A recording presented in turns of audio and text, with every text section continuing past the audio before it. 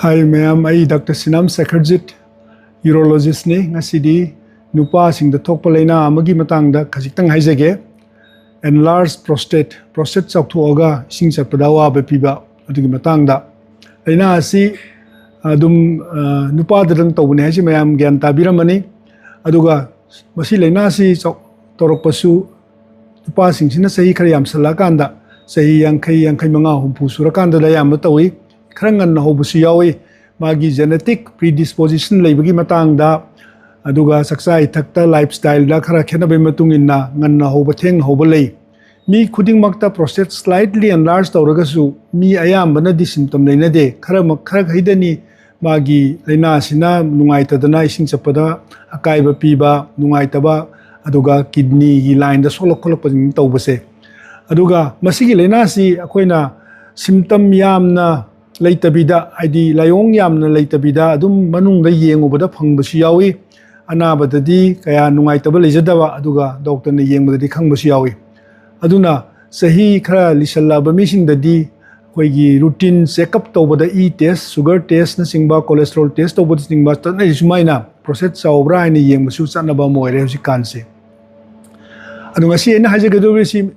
Benign enlargement cancer na taba prostate chakthupugi matang da ya moina thamjege masi aina haijegi birumaina sahi yankai manga humpu surakpada yam hogalli aduga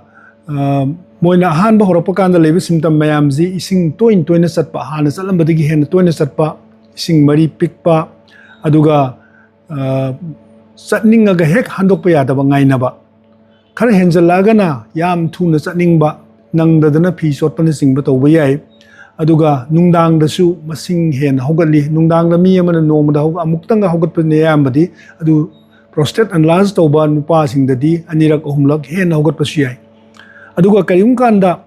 leina sine henjen gibo ergadi ising ji thingjandana leibadagi pathorak pa haitare incontinence control toba ngamdana sum thorok pasiyawi pathorak po ina purak incontinence nataba overflow incontinence kawi aduga karigumba kandadi Ising si kangting tingidana retention of urine tawba mi myam su lei aduga masigi leina si nare hena khanba mi natraga doctor ni yengba leire hairagadi khutna yengbada ahanbada khangani symptom dagi khangani wari watai dagi khangani aduga magi mapuk manungda leiba gland ji chawthokte chawthokna maram moidana ising khawda sobra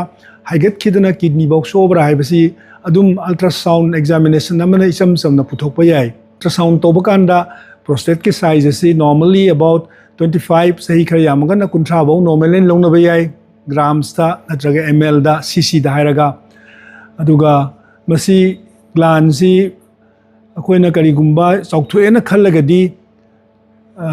ayambana doctor singna natraga na singna chawthoga de hidak chagadra operation togada yam hangnei adubu magi leiriba layong kidney da sopu kuchok e da lei soirak pa mayam masi mayam si punna yenga kanda hidak sabada kar lei operation toba da kar lei haigadawni aduga prostate chawthokpa si magi gland sigi part khara leiri mayai da leiba matai da leiba aduga histologically tissue gi oina di yam su khaidoi madu karamba mahum chawthoi haibasi jokoi khutna yengba amangdong gi khut thingjallaga glove upaga khut thingjallaga yengba da su phanayam na khangani Adi mathakta ultrasound toragadi prostate ki size exactly almost nearly exactly on ba yarani aduga prostate size is on ba kanda phajana olagadi chumna tai aduga khara faireng tureng khara soina olagadi yamna pikna hek taba hen taba adusu yawi aduna yamna section ne yengagadi leijari ba sengba gland gi size du sapchana phangmangam karigumba masi chawre ising khawda sumana khara solle masup tawba masing kabadon tawbalei trabeculation kawi aduga khara leragana ising simphungalapodigi kidney gi line lokthoropa ising mari lokthoropa kidney da lokthoropa hydronephrosis adu bokthokpa yai asmain toba mayam si akoina sum yengba kanda prostate ki manung da calcification hadi arangba organ ultrasound toba langtrik langba part yawbru su yengnai aduga ultrasound toba matam sida musin muba area yawbru su yengnai gorok mo part sina calcification calcium deposit hen toxin ba natraga nung pan ba amuba jaga sina phatab leina obi abagi chance khara leiba adugum su yenghogadongni adu masing ba leina amanare haragadi tawriba ultrasound gi mathangda prostate chawre mongonda nungai taw khara leire haragadi uroflowmetry hena sing ji machine number da hanjal laga magi flow rate tu kayano kayam thokre kayam thuna kapthori normally nupa mana hanba yabasi 15 ml per second chatka dongni madudagi tan leiraba adu ergadi magi si laina si aphun bam leire ji khangdoini aduna sumain toroba mi sing si akoina urine gi test hongani kidney function test hongani aduga maru oina PSA koba prostate specific antigen koba test ma tawni kalfataba laina ga yorok pa yabra haibi yengna damakta aduga layeng basi adum khudakta clinically diagnostic toba dum hobi yare hidak charaga ising mari loktho hanaba ising khawga mari ga tainabagi mangaksi loktho hanaba hidak lei prostate fixna hidak lei alpha blocker koba group amaga 5 alpha reductase inhibitor koba khara lei meru tawraga yani ising chapa nungai taba tu ne suppose you thingna ba khona ba control tawna ba lei adu kari gumba hidak na phagalaktra gadi na traga gland si akoni yengma kan yana ni yengma kan yam chawna se like 60 grams le ramen khalo adu gumbol gadi hidak na di kya kanore hobudi horasi adu go operation tawsi hainani prostate gland lokthok pasi thaina di khutna lelaga mapan ni pukti lelaga yam tonarami adu hujikti ising mari digi khulai thingjallaga prostate gland si macet kakpasi electric current na kakpa bipolar electric current na kakpa laser na kakpa atopom technique mayam su lai hujikti non invasive oiba adu mas moji kothokra matungda ising satpasi yam nungai ni hana salam bududagi hen fazana satpasi yauni kidney shom su farakani aduga prostate chawthokpadagi thorokpa atopa damage torokpa mayam su kan mangamni karigumba akoina lothoi posida biopsy report ta fataba yaure haigadi madugi hongnabi hidak thaba to laing makhal kya musulai kana gumbana